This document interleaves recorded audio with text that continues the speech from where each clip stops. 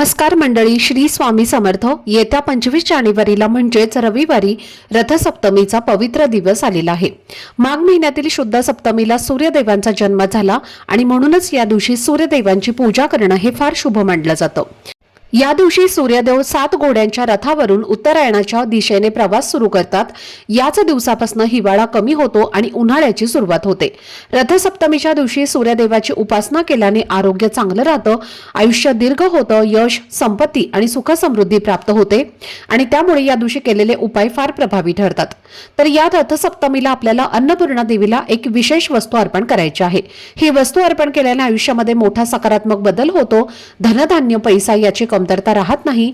तर ही वस्तू कोणती आहे आणि हा उपाय नेमका कसा करायचा याबद्दलची संपूर्ण माहिती मी एका व्हिडिओमध्ये दिलेली आहे.